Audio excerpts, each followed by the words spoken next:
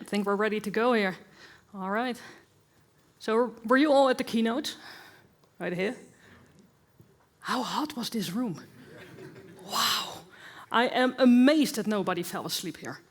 I was like, oh, okay, I'm going to have an easy crowd because everyone's going to be asleep right here. And just waiting here. Or those lovely people who never leave a room and just stay in one room because then they don't have to actually move. But the room was empty in between, so you all came here. So thank you for that. We're going to talk about Codespaces. Let me check real quickly. Who of you people use more than one machine in your daily life? Exactly, so you have a work device, maybe you have your own device. How many people have more than one personal device, like a laptop or a desktop? How many have more than two? This is always a fun thing. So I think we have two of you. Three? More than 3 devices of your own? This is where the old school nerds come up. Awesome. I know the feeling, so I think I'm allowed to say it. Anyways, this is where Codespaces come in. This is the good news. You all have a use case for Codespaces because you can have the same environment on every device that you can use. First, let me introduce myself real quickly. My name is Barbara Forbes. I am an Azure MVP and a GitHub star. And I work as the field CTO at OGD right here in the Netherlands. You can find me on all socials. I swear this used to be very consistent. And now I made little changes into everything just to confuse everyone. So BES, that's where you can find me on GitHub. We no longer talk about the other platform we used to run. Blue Sky, you can find me. Who here is on Blue Sky? Awesome. Are you using it? You know what I miss when we had with Twitter? That people would post stuff like, I'm at a conference now, and I'm going to this session, I'm going to that session. And after a session, I would find 5 photos of myself online with people who went to my talk. I miss that these days. Let's bring these back. Subtle hint right there. Anyway, you can find me on Blue Sky right there, and I'm on LinkedIn, which of course is a bit more serious, so you're not allowed to just throw random photos out there, although a lot of people do. You can find me at BA Forbes, because that's the professional one. All right, what we're going to do today. First thing you need to know about me is I love to generate kind of weird AI images. And I've got a bunch of them in these talks that I love. But how cool is this one? Because it says Codespaces and it has Utrecht in the back. So it says Utrecht right there. I think it's amazing that it actually creates pretty good pictures now. Anyway, what we're going to talk about. We're going to talk about why do we want to use Codespaces, then how we can use them, and then we're going to take it to the next level so that you can really get an understanding of how you can make use of them yourself in the end. But first, let's just dive right in. Never too soon to start with a demo. So here I have a repository. There's not that much going on here. And I just want to show you how you can start using Codespaces yourself. So when I go to code right here, we have a local option, or we have Codespaces. So local is what you would use if you were using this on your own device. And with Codespaces, you just say create a Codespace, and you can work right there in the browser. I've already opened one to save us all a little bit of time, because they do have a small startup time. See, I zoomed in a little bit too much, maybe. And here I have an environment.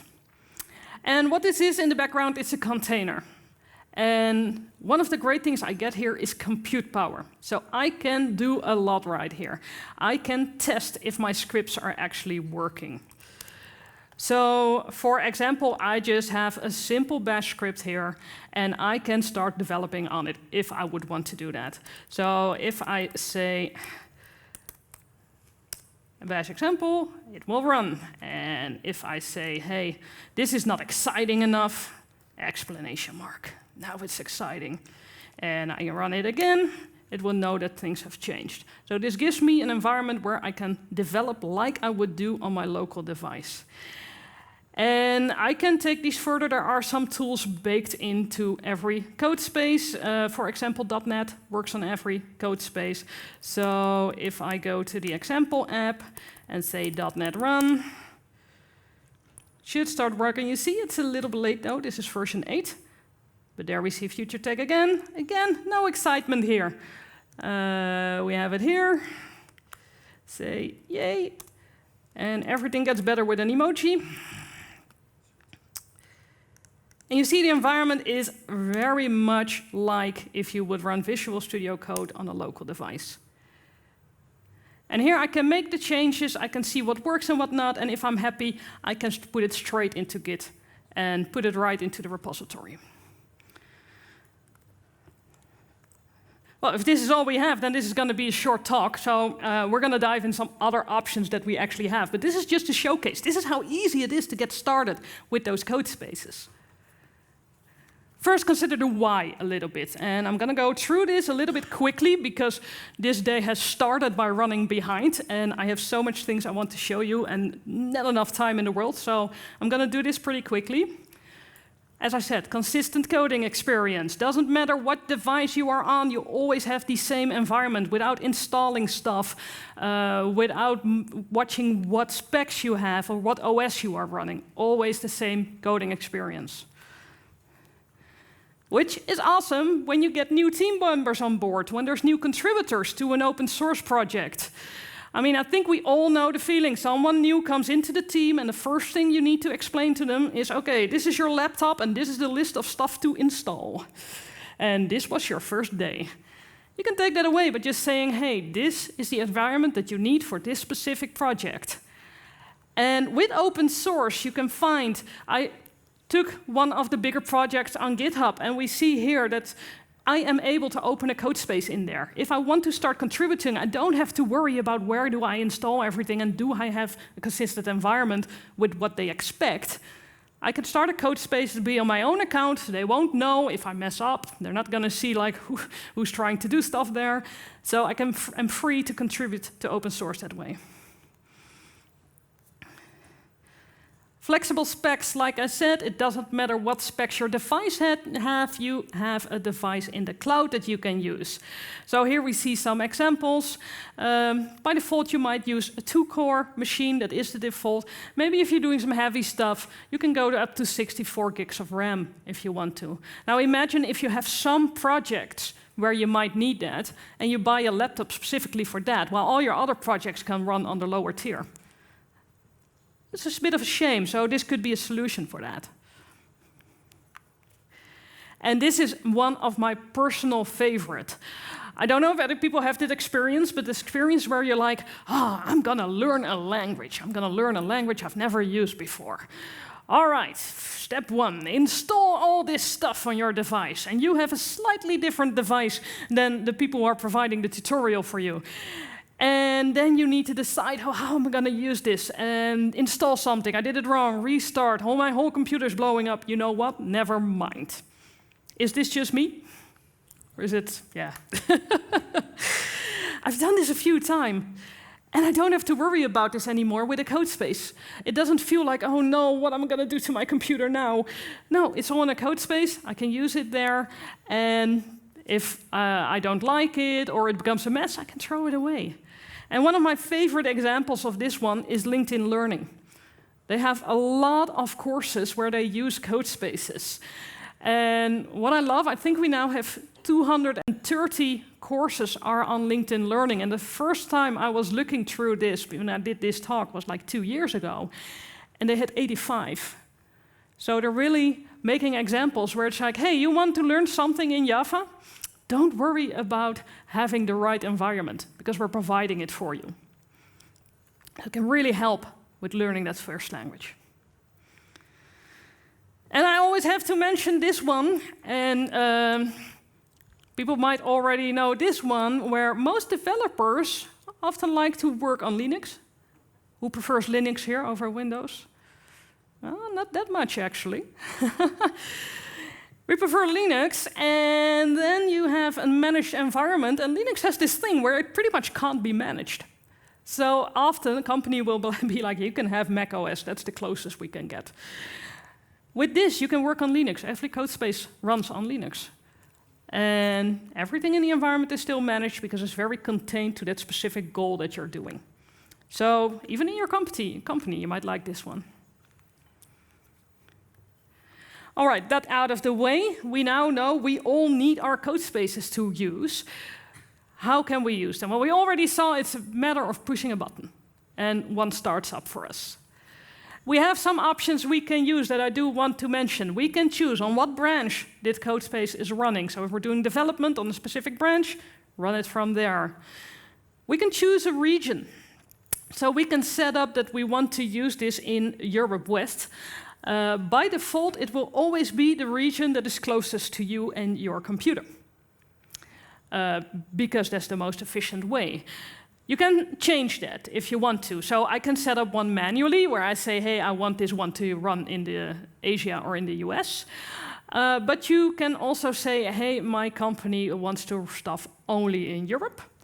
Then you can say, always choose Europe, even if I am not in Europe myself. And of course, the machine type. Like I already mentioned, you can change the machine type to get a bigger or smaller SKU. Now, what is this stuff going to cost me? The best question to ask the Dutch. What are we dealing here with? You know, the great thing is, we get a lot of stuff for free. You get 60 hours for free if you use 2 cores. So the bigger your machine gets, the less hours you get for free, which makes sense. You pay per core. And you get this every month, and at the end of the month, it resets. And this can get you pretty far, especially to get a feeling for it. I've been doing demos on this for quite a while, I've been using it myself. I have come very close to needing to actually buy stuff, but I have been able to avoid it. When you're at the end of your free usage, you will get some emails. You get emails like you're at 75%, you're at 90%. Ask me how I know. And if you are true, then it will just cut off. So you don't have to add a credit card or anything, so you can just say, all right, I'm not able to use Codespaces until it is reset. So it's not like it's going to cost you money if you don't pay attention. If you want to keep using it, add your credit card, and you can pay for each hour. Also have to think about storage, and I have an example of why storage is a theme later, because the storage is also one where I almost had an issue, because my reset date has been like 3 days before I was supposed to give a talk like this. And I was like, all right, I'm going to prepare later. And I was almost through. I made it. But you also have a limited amount of storage. Again, if it's gone, you can get new ones. This is all based on a free account, by the way. If you have a pro account or a team account, you get a little bit more. I do, when we talk about how, want to mention the Codespaces lifecycle. And the reason for that is that for me, it took some getting used to, and this is something you should understand when you're working with Git. But I hope I'm not also the only one who kind of likes their personal laptop, and is like, this is my little friend, and I bring it with me, and I'm attached to it. And this is not professional at all, but come on, it works with me, I know how it works, and I want to keep it around forever. And that's not what you need to do with Codespaces. They are short-lived. You use them only for what you need to do. So what happens? You are in your GitHub repository, you want to do something. You want to fix a bug, you want to create a new feature, you want to start a new project. So you go to your GitHub environment and you open a Codespace. And you're going to do that specific thing. Work on that feature, work on that bug. And you have the Codespace turned on, and maybe at one point you're like, all right, I'm out of inspiration, I haven't fixed it yet, or wow, it's getting time for bed. And you can turn it off.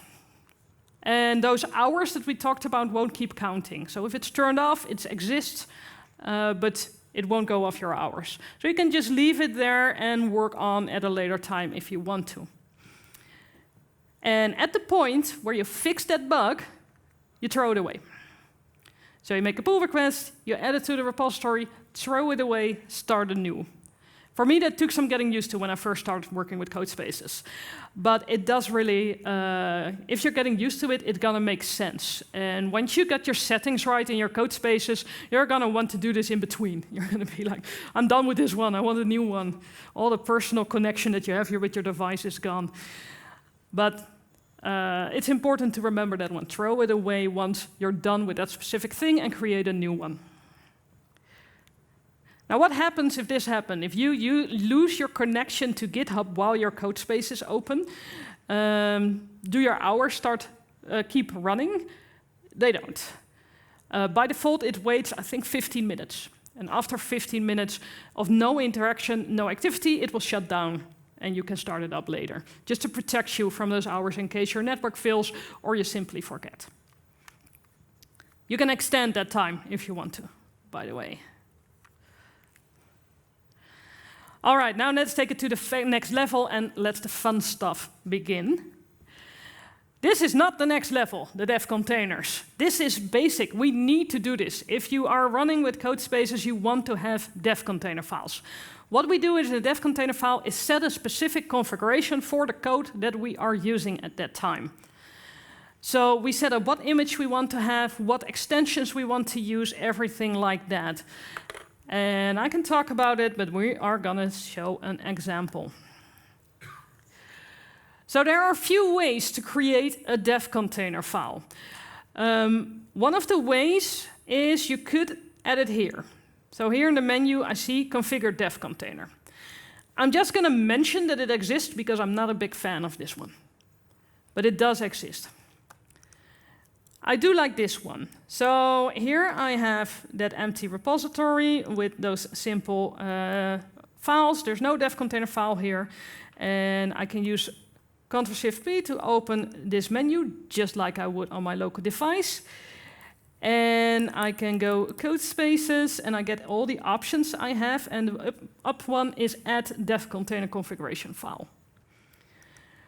So I can open this. Now, there's no active configuration to change, so I'm going to create a new one. I'm going to zoom in just a little bit. And here I have all these options that I can use.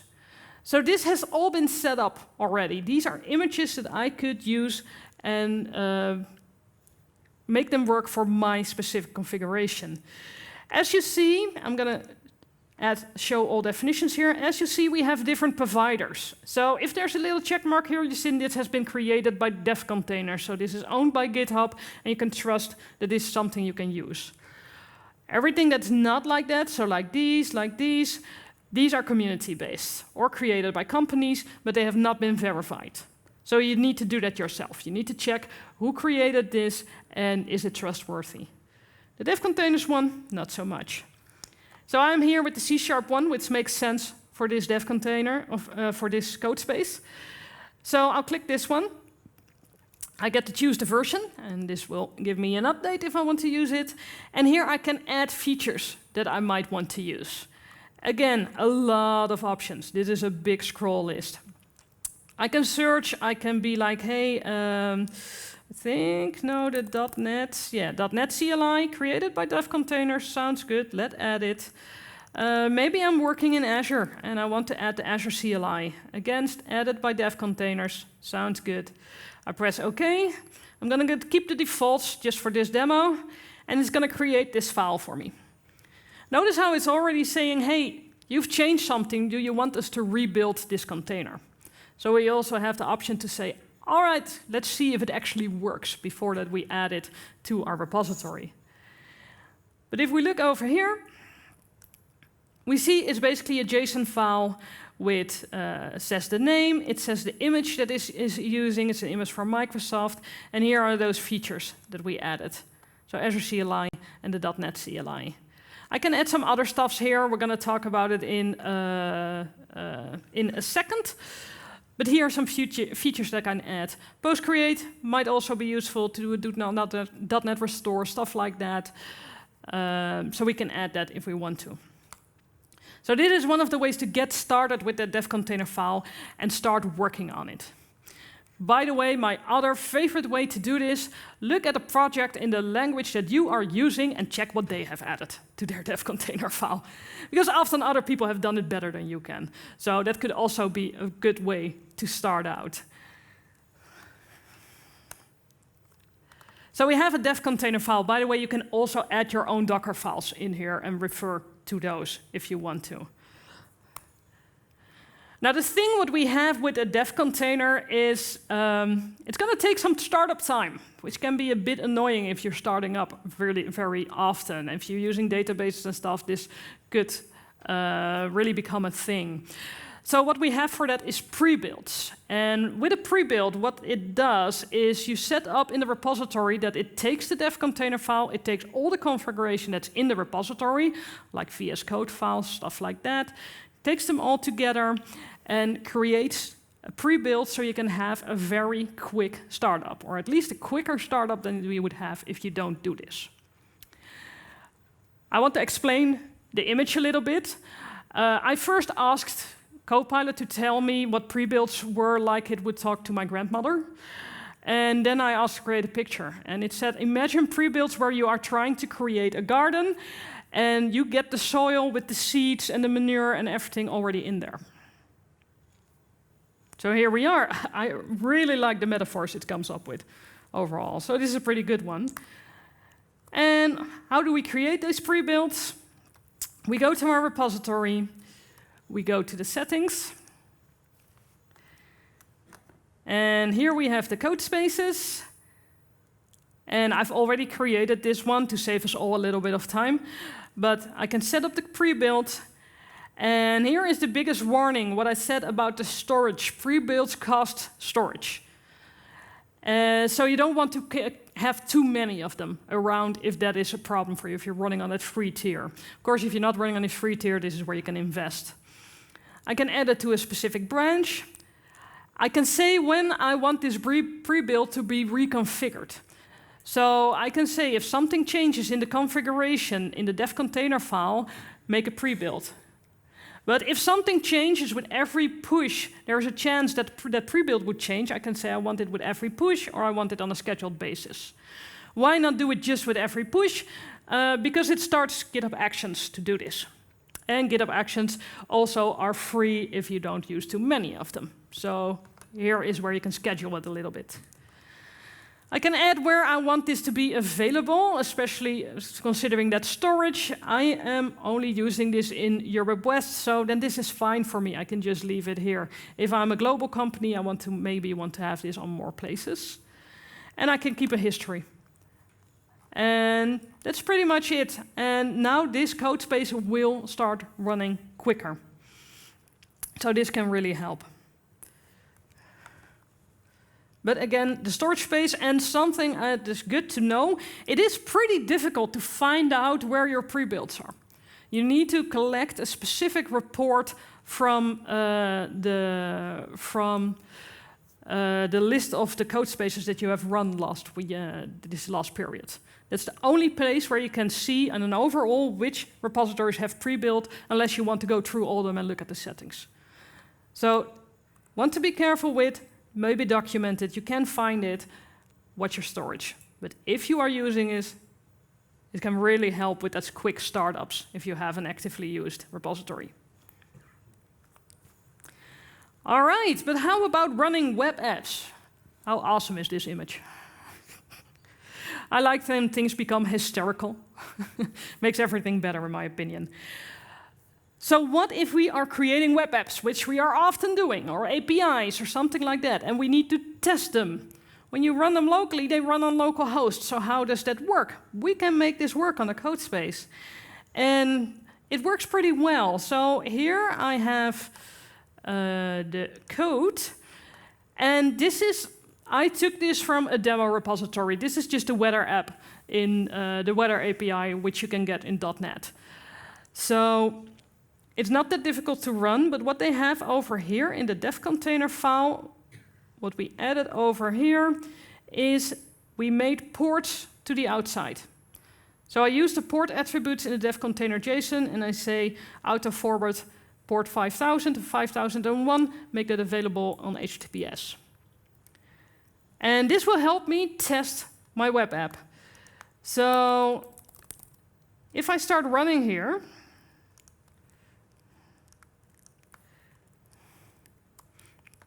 we see it's now listening on localhost. And we feel, yeah, we don't have a local host. This is a Codespace running in the air.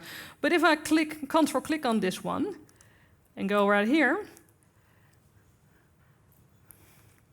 we can see we can actually reach it.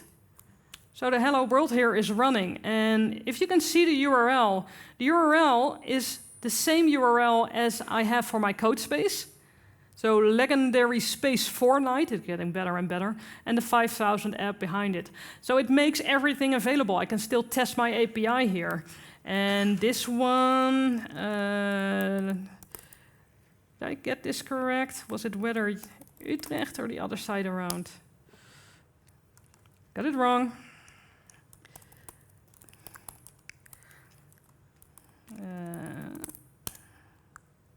Yeah, there we go. So I can test this API, which says it's cloudy and it's 11 degrees, which is actually surprisingly close to the real thing, I think. So I can test everything here when I'm using web apps, no problem at all. Oh, I need to shut it down, otherwise I'm going to have a problem later. And you can see, I can see the hosting just like I would have on my local environment. Now, connecting stuff to Visual Studio Code is also an option. So I need to check this one. Who here has that feeling of this is all fun and nice, but I don't want to work in a browser? Yeah, because I think I see it a lot, and I recognize it a little bit. I do try to be in the Codespace all the time, but we know that feeling like, this is a browser, this is meant for browsing. I'm not browsing, I'm working here. And the great thing is, we have solutions for that. So you can connect your Codespace to Visual Studio Code. And I have this same repository open here. Zoom in a little bit too far. Oh no. Yeah, there we go. All right. Notice it's already saying, hey, there's a dev container file here. Don't you want to use it? But well, ignore it for a little bit. So I have that same thing open here. And this is on my local device. It has my local color scheme. It has all my local settings. And just to make the point, one bigger. Let's call this I have not installed .NET. This is the default version it comes in. I pretty much don't have anything installed on this laptop anymore. So I don't have it here. And what I can do, I have the extension called Remote Explorer. I can just get it from the extension marketplace. And here it opens up my Codespaces. I made a connection already. And here we have that Codespace tree, and I'm going to connect to this one. And it's going to now open that local environment. And I already had opened the Codespace, so we shouldn't be waiting that long, but you should never say that when you're in a big room and expecting stuff to work. It's what I always say, GitHub, everything, it gets slower when it's being watched. And what it will do in a second, it will open up that Codespace.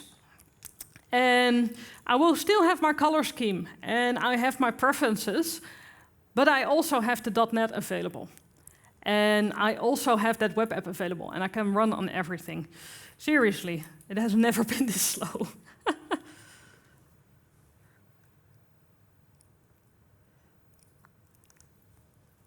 Come on, I can see it here. Yeah, it's thinking here as well.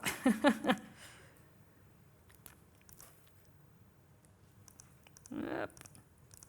You know what? We'll get back to it in a second. See if it catches up. You have to believe me for 1 second, and we're going to see in a second if it had catched up. Let's talk personal preferences for a second. I talked about it. In my local environment, I have my personal preference. I have it in my own way. And this is always the great discussion. Who here prefers dark mode? And who prefers light mode? Yes, there's dozens of us. And what's up with all the other people? What modes do you have? System. Yeah. Just black all over. Don't see anything. When the computer's turned off, that's the best mode. It's an old discussion, but we all have our personal preference and we can set them up. I think that's one of the great things. So we already talked about the dev container file. The dev container file contains all the configuration that belongs to the repository. But you also have a place for all the configuration that belongs to you. So everything that is not important to run the repository, but is important for you to have a good coding environment. By the way, I so identify with this person. Like, I don't know why we're angry, but I want to keep yelling with you. She's right in the middle, going crazy. I identify with this. So let's see how we can get our personal preferences in there. Yeah, there we go. Good thing we didn't wait.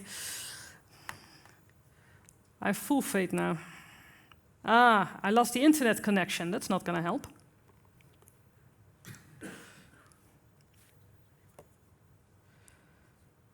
This is where you yell, is there a technician in the room, right? Let me check if the Wi-Fi is on here. I might have to ask you all to get off the Wi-Fi. Oh. This is one of the things, good demo by the way, I totally meant to do this.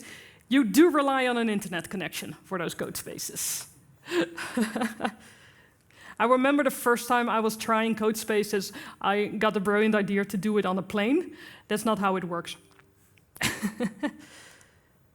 Let's see if it can do it again, because it has internet now. Anyway, we see I have here my local happiness. There we go.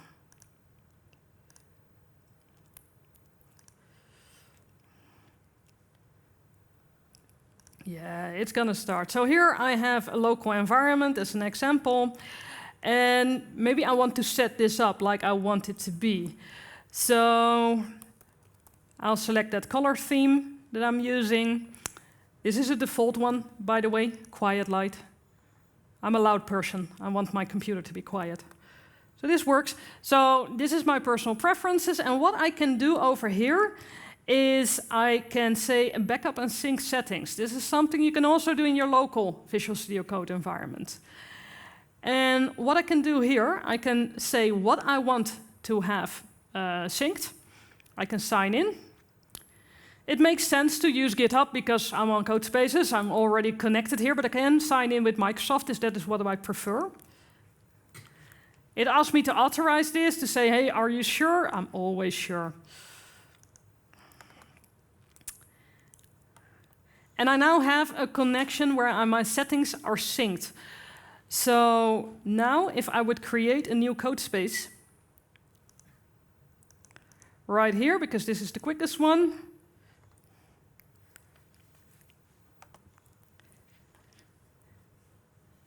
And it's going to open up and it's going to know what those settings are because I've set it up in my sync. So I can have the settings exactly the same in my Codespaces and in my local environment if I would want to. God, would be nice if this one actually works. It is known to take some time.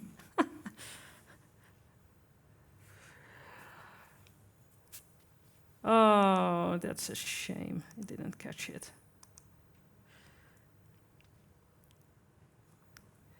Is this one actually starting? No. I have to blame the internet, though. This normally goes perfectly. All right, we're not going to wait for all this stuff. I'm going to show you all the settings that you can set for every Codespace. Because it is a little bit confusing. There are like 3 places where you can have settings for Codespaces. So one of them we already saw is right here in the settings. And we have Codespaces. This is where you set up your pre-builds. Now, if you go to your local environment, if I go to Codespaces right here from the hamburger menu, I can see what Codespaces are running at this point. And that one of them is still trying to get the configuration. So this makes complete sense that the color scheme was not there yet. And here I can do everything that I want to do with these Codespaces. I can give them a name if I want to. I can add them to a branch. I can stop them. I can set up if they need to be auto-deleted. I can delete them. Or I can open them in Visual Studio Code right from here if I want to. So this is what gives me all the options for my currently running Codespaces. Now, if I go to my account right here and I go to settings, here in the bottom, I have Codespaces as well. So this is also where I can set up some settings. One of the things I can do if we talk about preferences is automatically install dot files. So what I could do is click on this one and say, hey, I want those dot files to be connected to every Codespace. Can be very useful for aliases, for example. I also have a dot file that I use that will install PowerShell on everything I know, because that's the shell I'm used to. So stuff like that, you can do it through your dot files container, repository, I'm sorry. I can set up secrets that I want to use in every Codespace I have available. That will be an environment variable right then. I can set up verifications. Here we see the settings sync that is enabled right here. It didn't catch it, but it is enabled here. So if I have some settings, I can get them from here. And if I click this, it's now gone. No settings sync. So it's pretty instant. Can really help. I can set up repositories that I trust. I can set up access and security, what am I allowed to open and what not. I also really like this setting, the editor preference. So I have set it up, and it's the default to always open in the web, but you can actually say always open in Visual Studio Code. If you want to run this in your local environment, if I add this, change this to Visual Studio Code, open it up, it will always start in Visual Studio Code when I press Create a Codespace. You can also do that with Jupyter Lab. So these are some really good options if you're like, I don't like that browser experience, I want to run this in my local environment. Here we have the default timeout.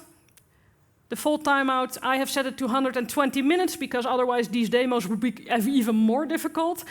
I can add it to 240 minutes if I want to, but these hours will all keep running. And I think the default is 15 minutes. If I'm not doing demos, I always have it at like 45 minutes, maybe half an hour, because you don't need this time, and it's not that much work to start it up again. There's also a retention period, and that is that inactive Codespaces are deleted after 30 days, because they're like, yeah, you have abandoned project, which is often true. The maximum is 30 days, it's also the default, and you always get emails. You always get an email saying, hey, this Codespace is about to be deleted. Start it up, and it will reset the counter. So if you're worried about that, don't worry about losing them. You do have a maximum amount of Codespaces that you can run at the same time. And I think it is at 6 Codespaces at this point. But in my experience, it's pretty inconsistent. I have been cut off at 2 Codespaces, which makes these demos a challenge. I can say what image I want to use by default, and as I told you before, I can say if I want to manually add a region here or set it automatically. So if I set it manually, I can say I always want to be in Europe West, and if not, I have it automatically. So I have these settings, and there's one final thing that's good to check, and that's the plans and usage. So I can see how much I have been using Codespaces this month. And we see I have no credit card involved or anything like that. And I am on GitHub Pro account, and here I can see the Codespaces, how many hours I have used. See the month has just started, so that's good for me.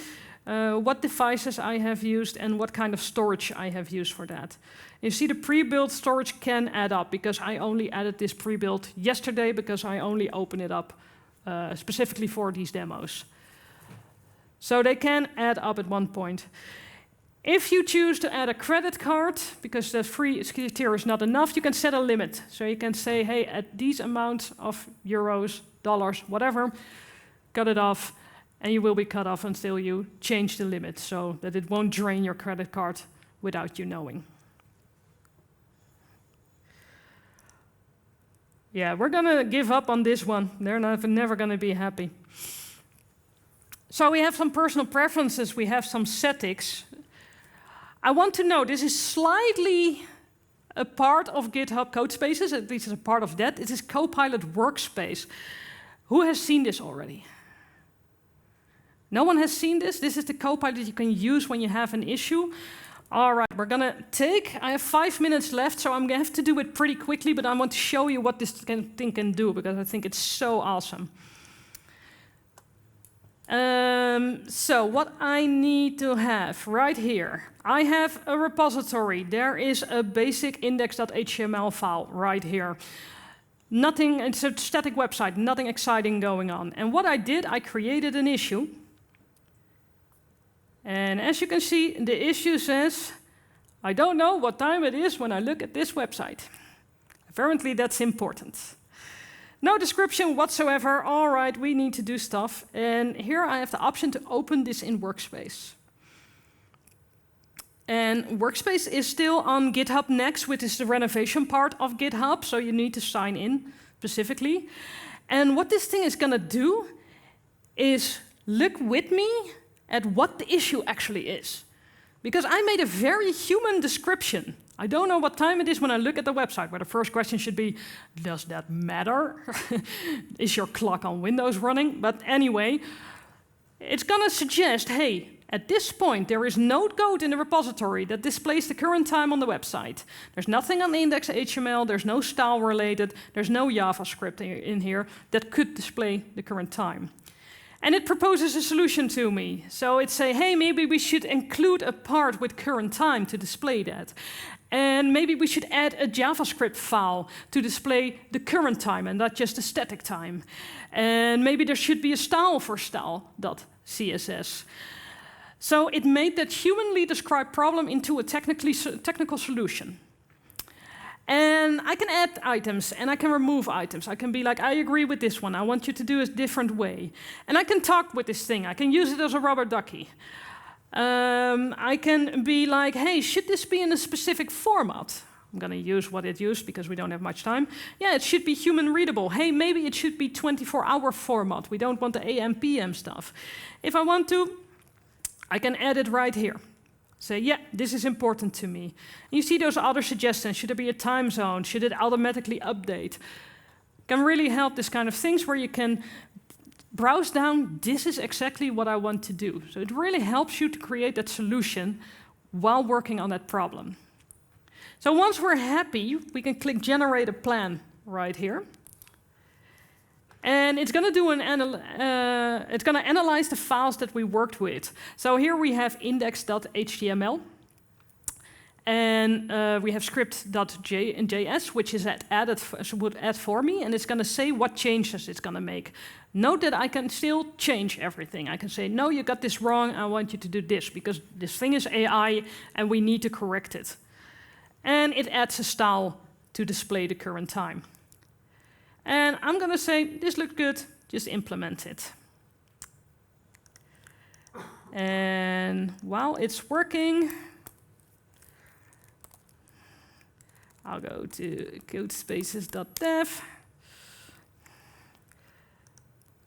See if I can show you the current situation, because that's more fun. And what we see here is that it made all the changes.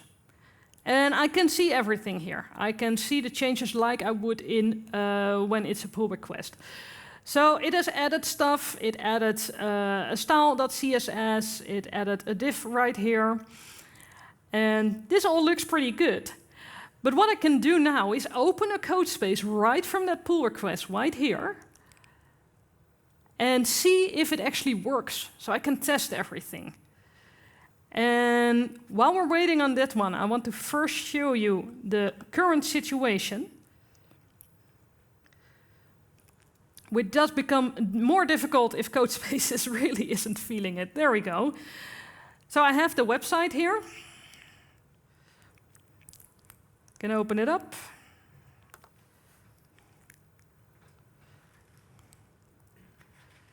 And it's connecting. This is the current website. Like I said, I'm a very professional person. And you can all now have a bit of an idea of my age, probably. But I have a beautiful website. I don't have the time on there.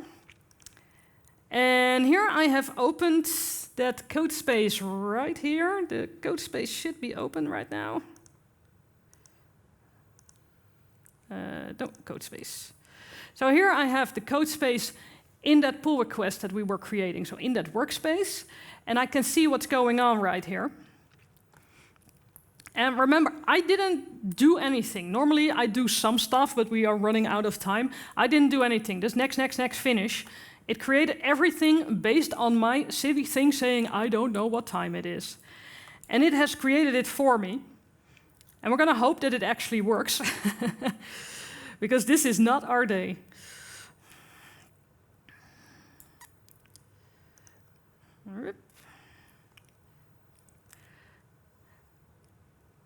And we're going to go live.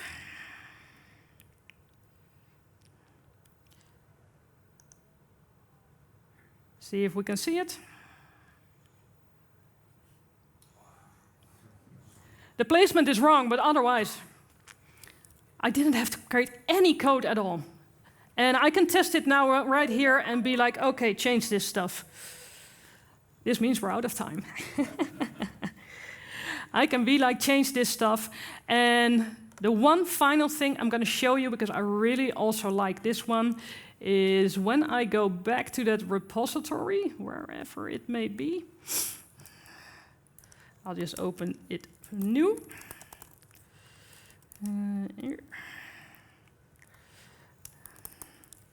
There we go, because I had already done this before. So when I open that pull request, it's going to create the message here for me as well.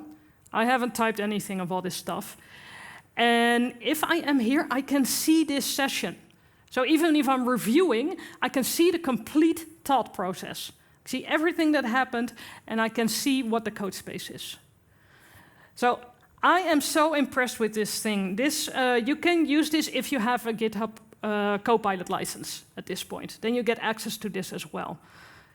So really cool to use. There is some documentation on this link, but it is a paid product at this point, like I said, when you have GitHub Copilot. So, a bit of a rush, but I got through everything. I'm sorry about those demos. I blame the internet, but like I always do, I blame the network. It's probably DNS somewhere. If you want to read more about Codespaces, the docs from GitHub are actually really good. They have a really good mix of the theory and just tutorials on how you can start things up. We have the little review thing where you can tell what you thought of this session, which we're going to see a lot this day, hopefully, because every speaker should have one. And if you want to contact me in any way or follow me along, you can find me on LinkedIn and on GitHub. And I hope everyone remembered the Blue Sky link, because it's not in here. So this is it for me. Thank you for being here. Thank you for your patience with the demos, and enjoy the rest of the day.